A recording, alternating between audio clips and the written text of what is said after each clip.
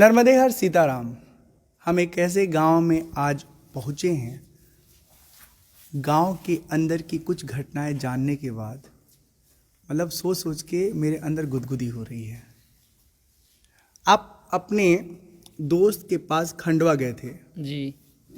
और वो दोस्त आपको अपने साथ लेकर के अपने क्लासमेट के घर जाता है और फिर वहाँ पर क्लासमेट के अभिभावक माता पिता कहते हैं आज बाबू का खाना यही बनेगा।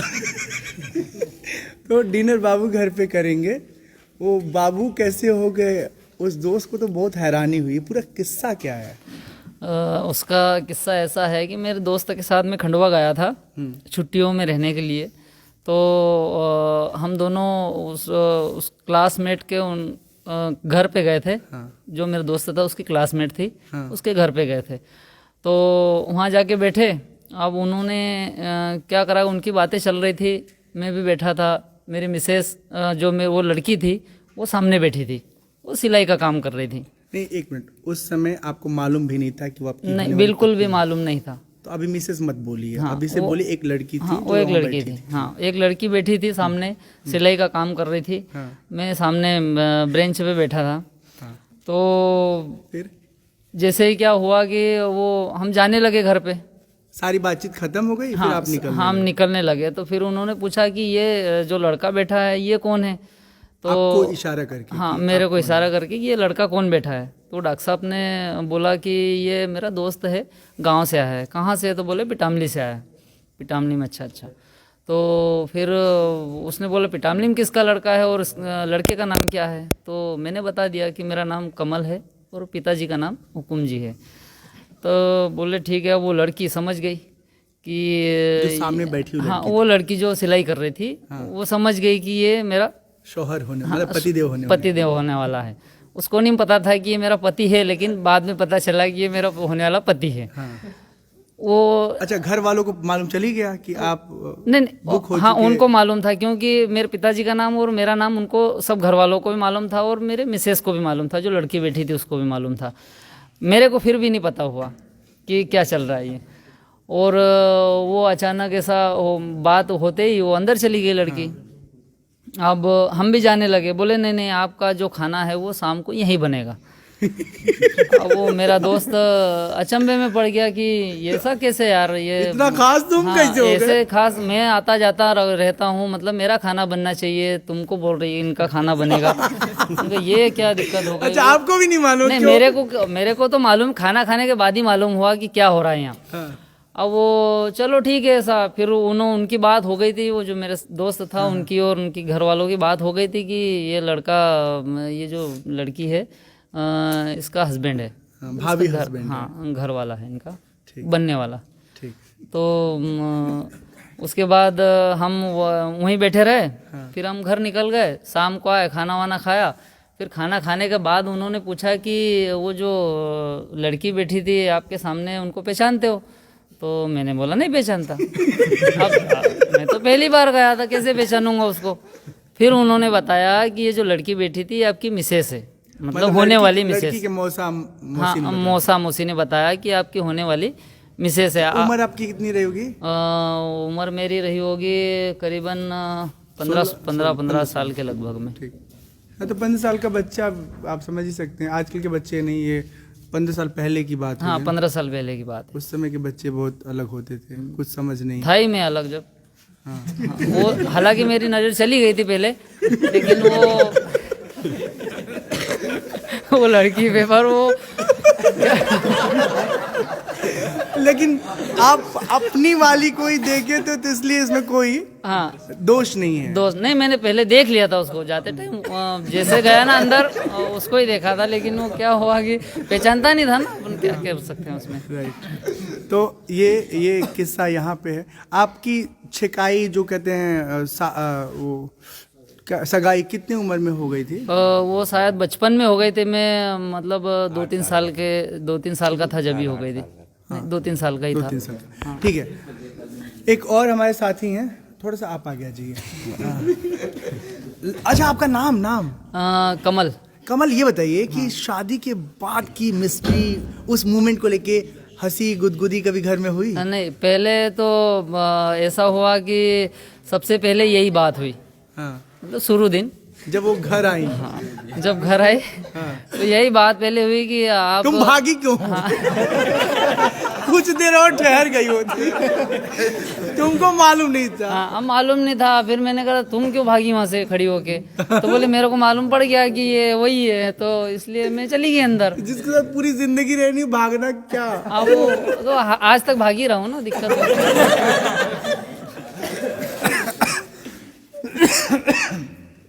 एक दौर वो हुआ करता था जब बिना जाने पहचाने हमारे माता पिता बिना हमसे मिलाए, हमारे माता पिता नहीं, जब मतलब इन जैसे लोगों के किस्मत में ऐसा अनुभव और जीवन नसीब हुआ। गांव में कि अधिकतर ऐसा होता है। गांव में ऐसे होता है ऐसा कि बचपन में ही तय हो जाता था।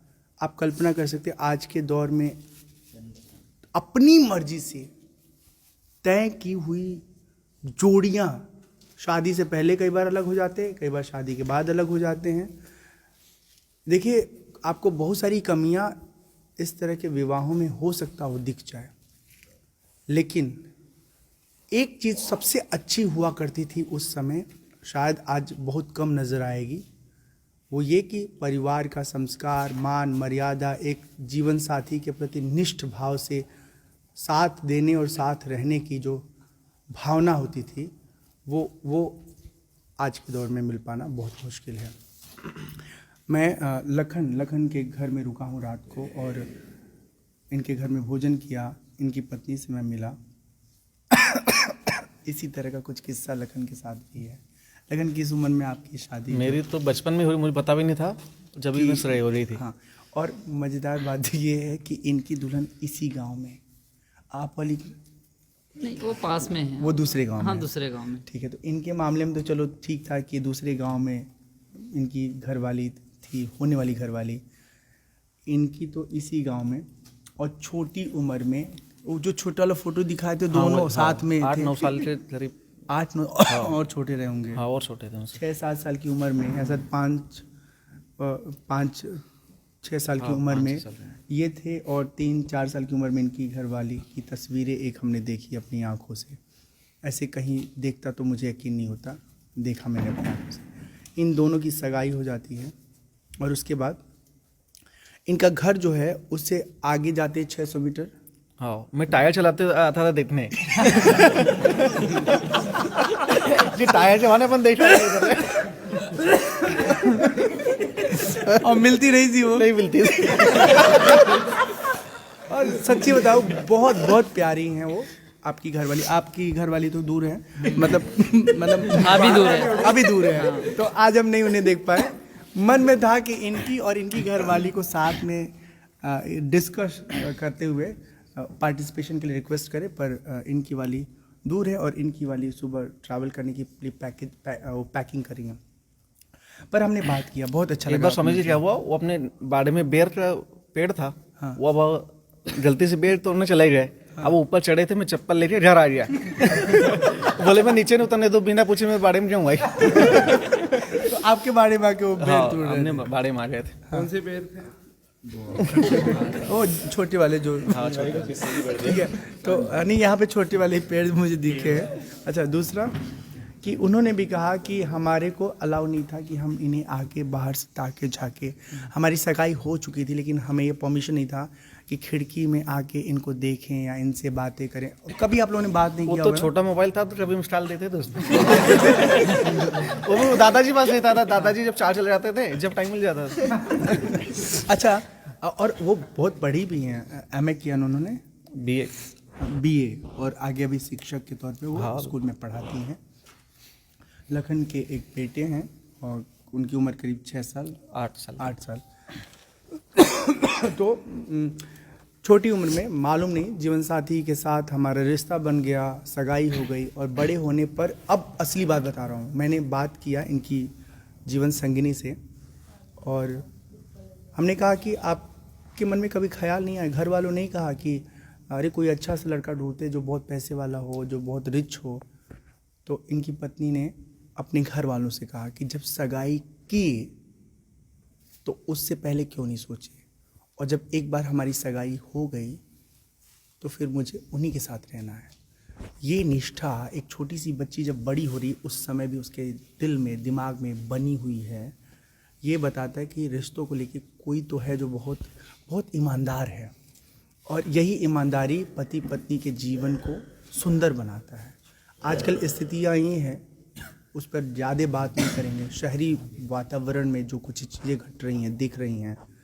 एक शादी की बात बताता हूँ। शादी हो गई और जॉब में वो हस्बैंड थे, वो उन्होंने तय किया कि हम चलते हैं कहीं पहाड़ पे घूमने, और जब रेलवे स्टेशन पर आए तो ट्रेन में बैठ गए कंपार्टमेंट में, और उनकी पत्नी उतरी तो फिर मिली नहीं वो, फिर वो किसी और के साथ चली गई जिससे वो प्रेम करती थी, लगाव करती थी। तो मतलब शादी आप कर रहे हो तो जिससे प्रेम करते हो किसी भी कीमत पे उसी से करो, और किसी के दबाव में आके आप जब शादी करते हो तो फिर क्या होता है, यही कि ईमानदारी से आप न इधर के होते हो न उधर के होते हो। तो मतलब शादी के बाद भी कोई पति को छोड़ के चला जाए, और एक ऐसी स्थिति जहाँ पर बचपन में शादी हो गई और आपको ऑप्शन दिया जाए कि कुछ अच्छा ढूंढते हैं, बेटर ढूंढते हैं, तो कहना कि नहीं, जो मेरे जीवन में था मुझे मिल गया। कहते हैं रिश्ते, हमको लगता है कि हम चुनते हैं, हम बनाते हैं, लेकिन रिश्ते जो है ऊपर से बने होते हैं। कौन किसके साथ रहेगा, कितना वक्त साथ रहेगा, ये सब तय है। तो ये किस्सा बहुत बहुत अच्छा लगा मुझे, बहुत गुदगुदाया, और बहुत कुछ अपने आप में ये किस्सा बयां कर रहा है, ये घटना बयां कर रहा है। ये कोई काल्पनिक घटना नहीं है, कोई फिल्म स्टोरी नहीं है, ये रियल स्टोरी है। और मुझे अच्छा लग रहा है कि इस कहानी के साथ हम आप सबके साथ रूबरू हो रहे हैं, और इन दो कमाल के इंसानों से हम आपको मिला रहे हैं। सचमुच इनके ज़िंदगी के बहुत बड़े बड़े कमाल हैं, बहुत बड़ा कांड झगड़ा होता है कभी। हाँ होता है ना, तो फिर पर डर भी रहता है ससुराल वाले आ जाएंगे। हाँ, ये लखन जरूर बता रहे थे कि स्वामी जी एक बात बहुत अच्छी होती है जब जीवन संगिनी और जीवन साथी, मतलब पति और पत्नी का गांव एक ही हो, तो हर समय इस बात का डर रहता है कि कहीं कोई अगर तकलीफ़ हमसे पहुंच गई जीवन संगिनी को, पत्नी को, तो उसके भाई, उसकी माँ, उनके पिता, सब लोग आके और न जाने क्या क्या तकलीफ़ दे जाए। हाँ, ठोकना तो फिर थोड़ा हिंसक हो गया, ठीक है। और हाँ, ये आपको लगेगा कि एक ही गांव में पति, एक ही गांव की पत्नी, ऐसे कैसे? तो आप समझिए कि गोत्र अगर आपके अलग हैं और जाति एक है, तो ऐसी स्थिति में विवाह हो सकता है। वो गांव एक हो चाहे अलग हो, मैटर नहीं करता। दूसरी बात ये कि कुछ गांव में रहने वाले ऐसे लोग हैं जो दूसरे गांव के हैं, उन्हें अलग अलग परिस्थितियों में इस गांव में रहने का अवसर मिला और फिर कब्जा करके रहने लगे, ठीक है। कब्जा मतलब ये कि जैसे लखन के पिताजी का जो गांव है वो दूसरा है, लेकिन लखन के पिताजी के मामा का ये गांव था, और फिर लखन जी के जो पिताजी हैं, इनके पिताजी के मामा लखन जी के पिताजी को अपने घर में अपना बेटा की तरह माने, अपने बेटे की तरह अपने घर में रखे, और उनको ही अपना बेटा मानते हुए सब कुछ उन्हें सौंप दिए। ऐसी बात है। हाँ, तो अब ये दूसरे गांव के हैं, वो तो दूसरा है, बस इनका घर जो है वो इस गांव में है। तो इस वजह से एक जो है फ़ायदा भी मिल गया कि ससुराल इसी गांव में हो गया, घर जमाई बने बिना भी घर जमाई वाला सुख मिल रहा है। बचपन से लगा कर आज तक उसकी कहानियां ही चल रही है। अब एक तो कहानी आप भी कहाँ सुनाएंगे से इनके बारे में, लेकिन वो शिष्टता वाला। हाँ, इनके बारे में क्या कहानी? वो जो समझ जो जाने आने किराया बचता है ना, सब मैं खर्चे मिसेज के ऊपर ही करता हूँ।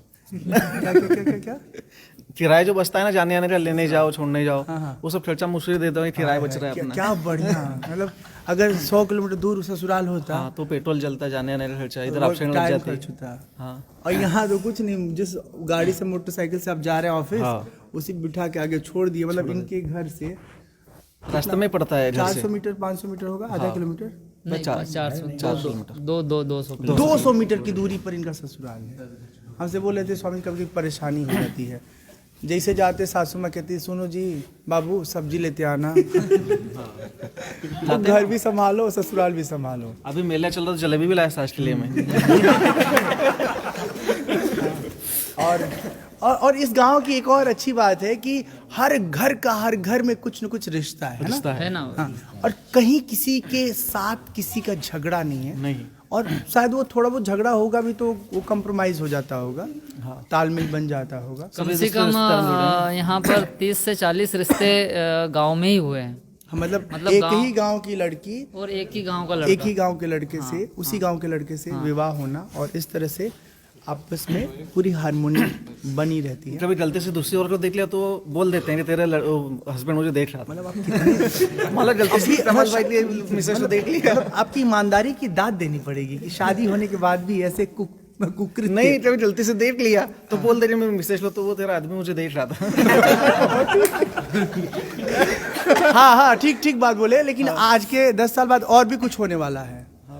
अगर सगाई हो गई एक लड़के लड़की की, उधर देखना जरूरी था, इधर देखिए। हाँ, अगर सगाई हो गई एक लड़की लड़के की आपस में और गलती से भी उस लड़के पर किसी अन्य लड़की ने डोरे डालने की कोशिश की, तो वो जो लड़की है ना, जो ऑफिशियल सगाई वाली जीवन साथी है, वो अपनी सहेलियों के साथ जाएगी और लड़की को कूटेगी पहले और फिर लड़के को कूटेगी कि जब तुम्हारा मेरे साथ बैनामा हो गया है, बैनामा भी कहते हैं ना, रजिस्ट्रेशन, तो तुम जो है कल्पना भी कैसे कर सकते हो मुझसे दूर जाने की।